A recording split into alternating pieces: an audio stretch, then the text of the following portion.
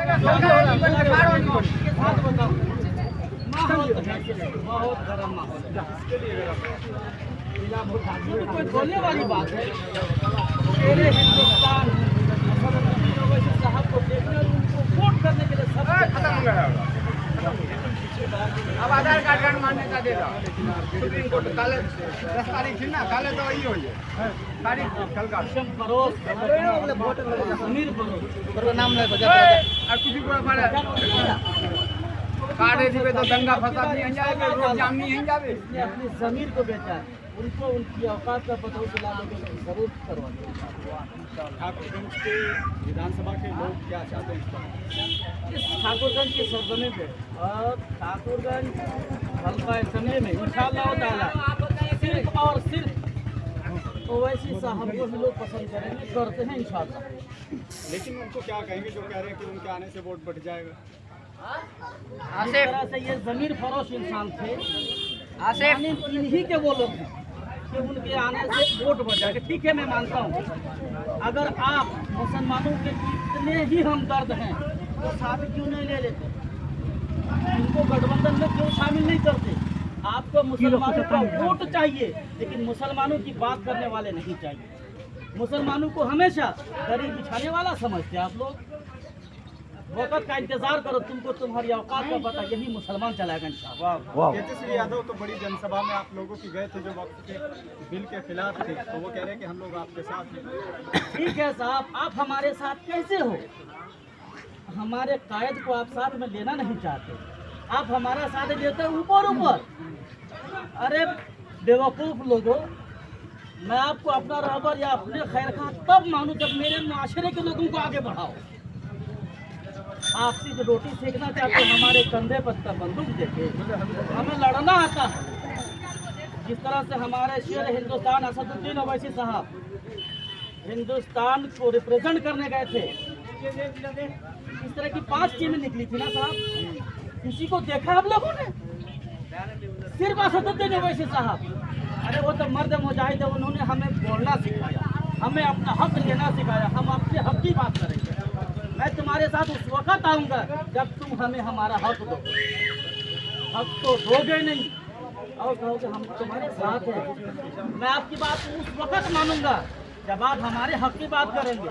ठीक है साहब, आप कहते हो हमारा साथ दो बाहर से, तुम बाहर से दूँ? तुम्हारा बाप का गुलाम हूँ मैं? बताओ, मैं पूछना चाहता हूँ, उसके बाप का गुलाम हूँ या उनका गुलाम हूँ? मेरे हक की बात जो करेगा मैं उनकी बात करूँगा, मैं उनकी हिमायत करूँगा। जिस तरह से असदुद्दीन ओवैसी साहब पूरी दुनिया में जाके ढिंडोरा पीट दिए कि पाकिस्तान एक दहशतगर्द मुल्क, पाकिस्तान के मुसलमानों ने इस्लाम को जाना ही नहीं, इस्लाम की असलियत उन लोगों ने नहीं पहचाना, दुनिया को दिखाया। यार हम दिखाते हैं, हम हिंदुस्तानी हैं। इसलिए मैं तो हिंदुस्तान के तमाम सेकुलर इंसानों से कहना चाहता हूँ, अगर हिंदुस्तान की बका को बरकरार रखना चाहते हो तो मेरे दोस्तों मोहब्बत के दरवाजे खोल दो और असदुद्दीन ओवैसी साहब को वोट करो। वरना याद रखना, जमीन बिक जाएगी, बदन से कपड़े उतर जाएंगे, किसी को पता नहीं चलेगा। मैं मुद्दे की बात करता हूँ। तेजस्वी साहब कहते हैं कि भाई हमको वोट करो, हम तुम्हारे साथ हैं। चलो ठीक है, मान लिया। जिस दिन पार्लियामेंट में बिल पास हो रहा था, सच्चाई पे बताइए आप लोग, सीने पे हाथ रख के, अगर असदुद्दीन ओवैसी नहीं होते तो किसी को पता होता कि वक्त बिल क्या होता है? किसी को नहीं पता होता। वक्त बिल पास भी हो गया होता, लागू भी हो जाता। आज हम कब्रिस्तान में जाते ना, पैसे देकर दफनाना पड़ता। क्यों? हमारे बाप दादाओं ने ज़मीन डोनेट की और उसके मालिकाना हक हम तुमको दे गंडू। ज़मीन हमारी, खानदान हमारा, ईदगाह हमारी, मस्जिद हमारी, उसके मालिक तुम बनोगे। तुम्हारे बाप दादाओं ने कभी ज़मीन डोनेट किया था? तुम जानोगे डोनेट क्या होता है, वक्त क्या होता है? हमारे बाप दादाओं ने ज़मीन को डोनेट किया, ज़मीन हमारी है, उसका मालिकाना हक सिर्फ हमारे पास रहेगा, सिर्फ हमारे पास। कहा जाता है कि अरे अगर वक्त को लेकर ओवैसी साहब भड़का रहे हैं तो नामुराद लोग, तुम हमारे चैरिटी में अपने लोगों को मेंबर बनाओगे। राम मंदिर का एक भी मेंबर मुसलमानों को बनाया था तुम? अगर तुम हमारे हिमायत की बात करते हो तो फिर आवाज तमाम लोगों ने क्यों उठाई? अरे अगर कानून मेरे लिए पास करोगे तो मुझे फायदा नजर आना तो चाहिए ना।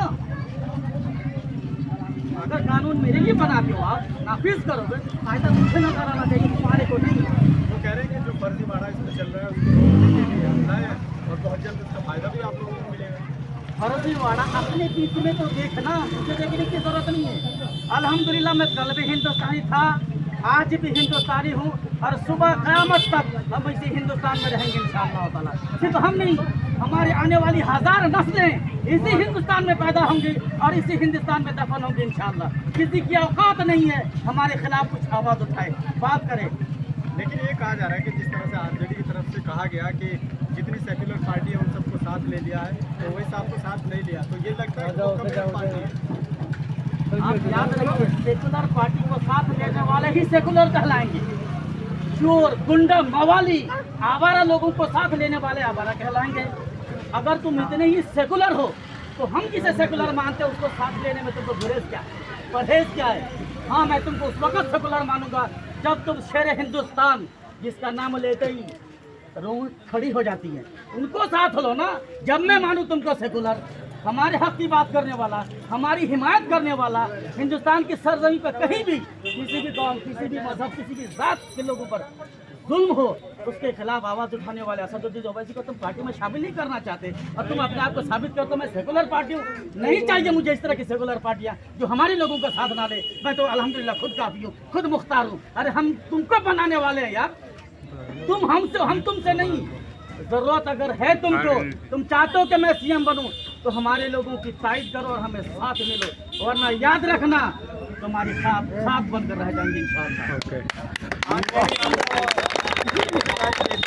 और वो एमआईएम को साथ में नहीं लेती है, तो ऐसे में क्या आप लोग जाएंगे आरजेडी के साथ? भाई तुमको तुम्हारी जिम्मेदारी मुबारक हो। हम दुश्मन से मुकाबला करना जानते हैं, दुश्मन से लड़ेंगे, अपने पीछे जो छुरा भोगेगा उसे हम लात मारेंगे, हम उसकी हिमायत कभी नहीं करेंगे। क्या बात है, बहुत बढ़िया। पसीना आपको आ गया है। अरे पसीना नहीं साहब, जरूरत पड़े ना इस हिंदुस्तान की सरजमी को बचाए रखने के लिए, इस संविधान को जिंदा रखने के लिए अपने आप को कुर्बान करने को तैयार हूँ। पसीने की क्या औकात है भाई? मैं अमीरुल हक शेरशाह आबादी किशनगंज की सरजमी से हूँ और ठाकुरगंज विधानसभा से। और कुछ सुनना चाहेंगे आप?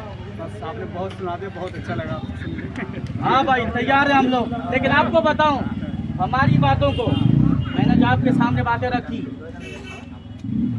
उम्मीदवार मुख्यमंत्री श्री तेजस्वी यादव जी से तक पहुंचा दे भाई, उनको बताएं जरूर कि अब मुसलमान मुलट होने वाला नहीं।